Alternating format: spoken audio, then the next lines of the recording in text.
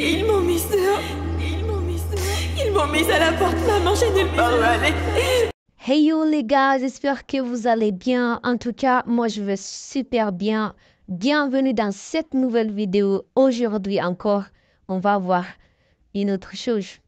Donc, avant que la vidéo ne commence, n'oubliez pas de vous abonner à la chaîne.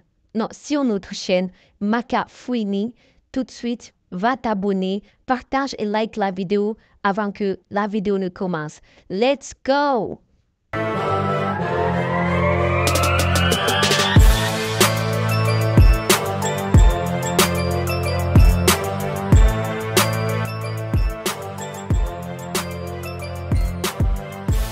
Bon, les gars, cette série, elle est diffusée par A+, l'une des meilleures chaînes de séries africaines.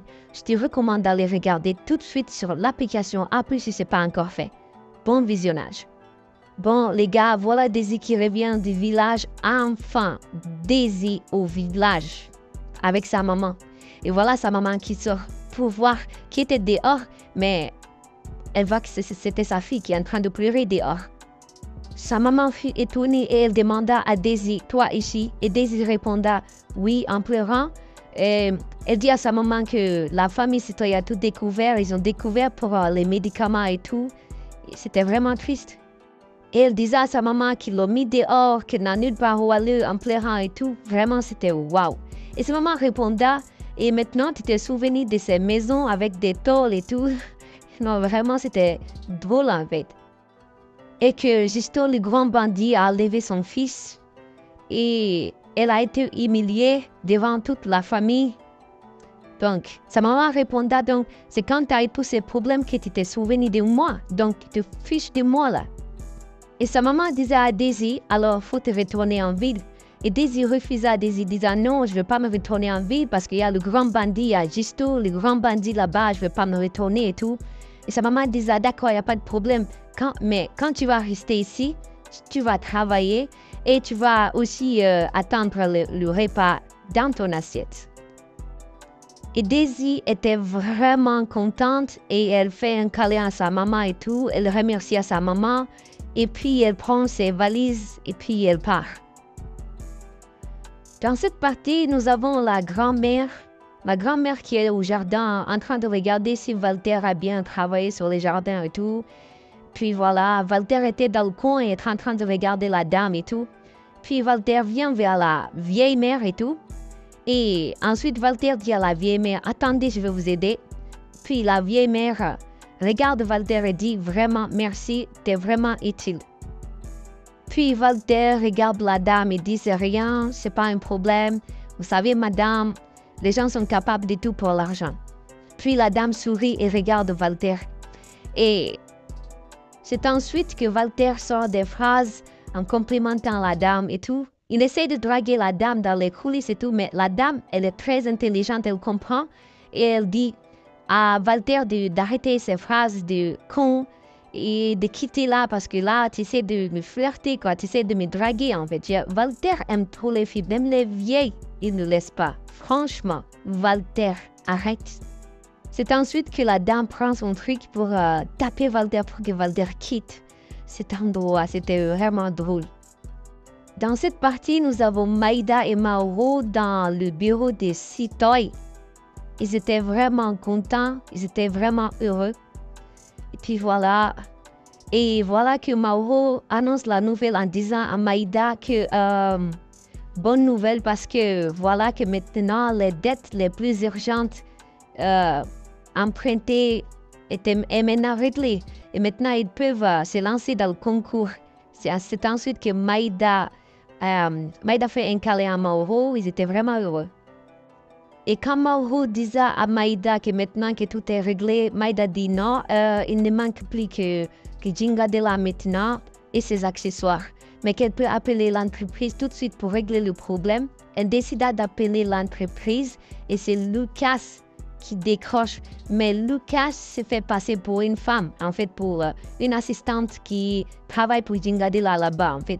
Et elle dit à Maïda, en parlant en une voix féminine, elle dit à Maïda, d'accord, je vais passer le téléphone à mon boss qui est Lucas.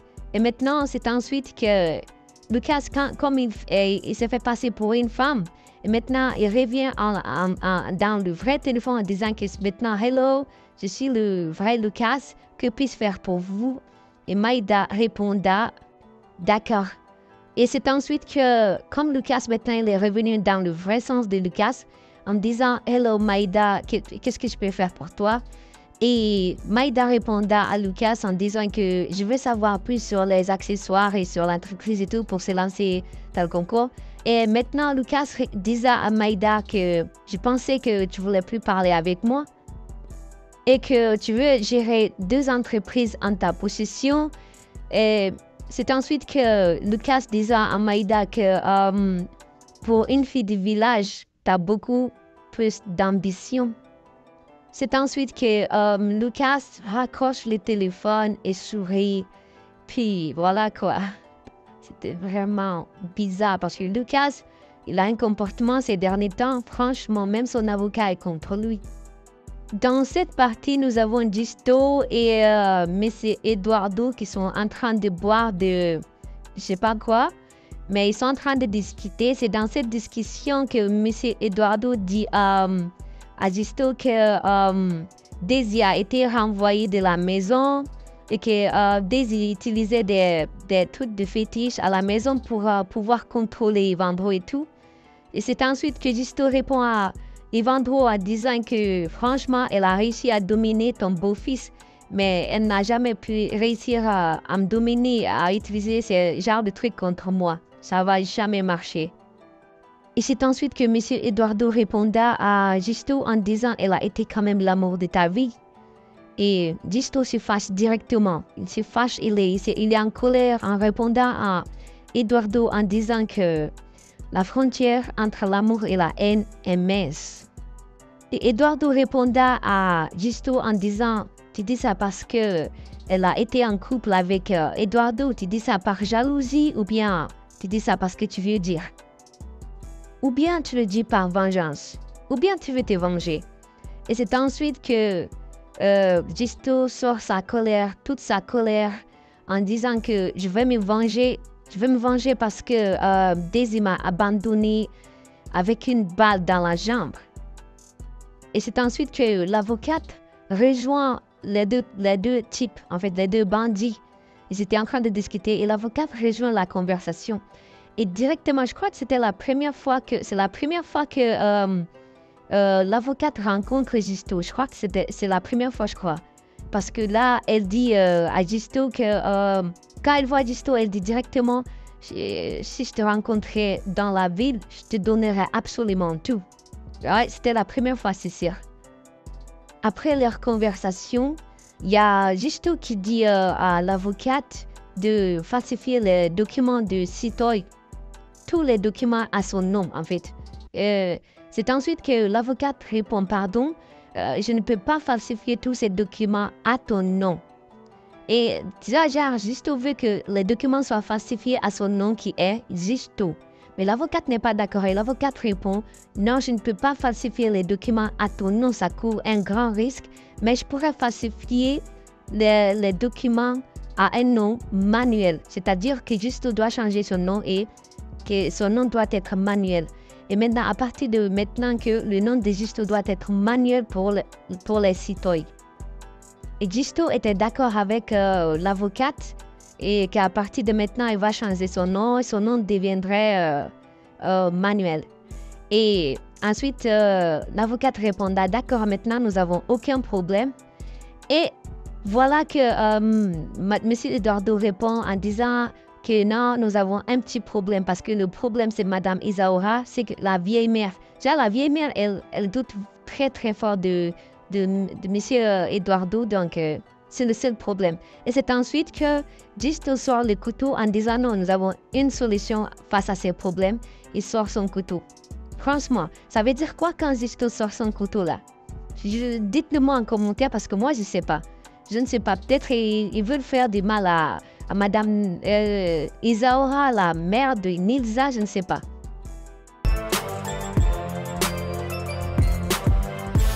Maman, je ne le ferai pas.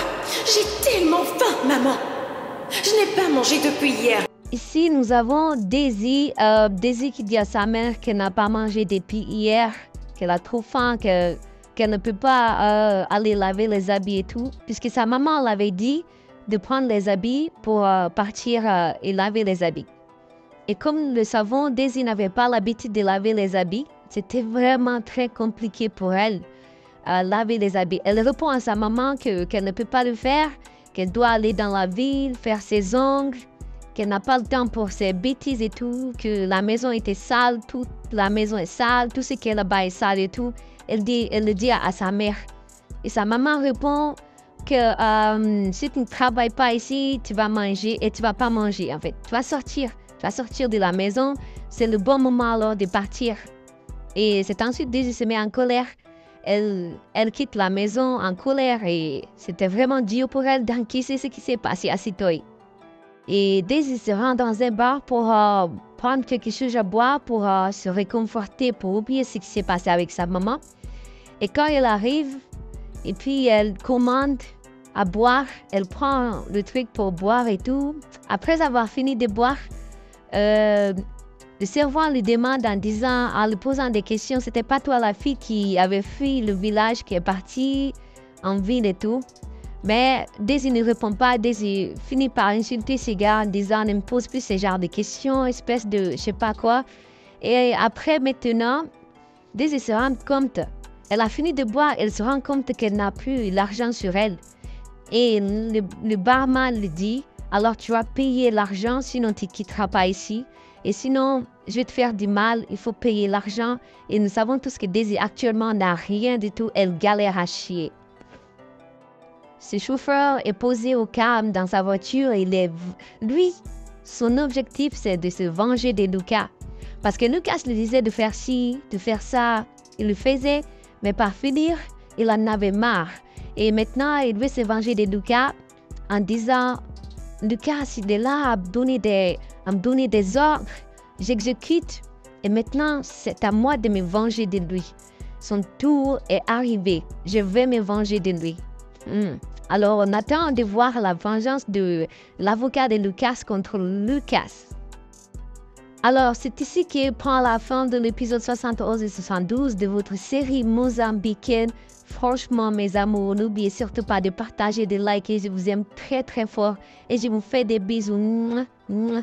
S'il vous plaît, likez les vidéos que je vous envoie tous les jours. Likez notre chaîne qui est Maka Fouini. C'est notre chaîne à nous tous. S'il vous plaît, n'oubliez pas de vous abonner. Merci à vous, mes loulous. Bye.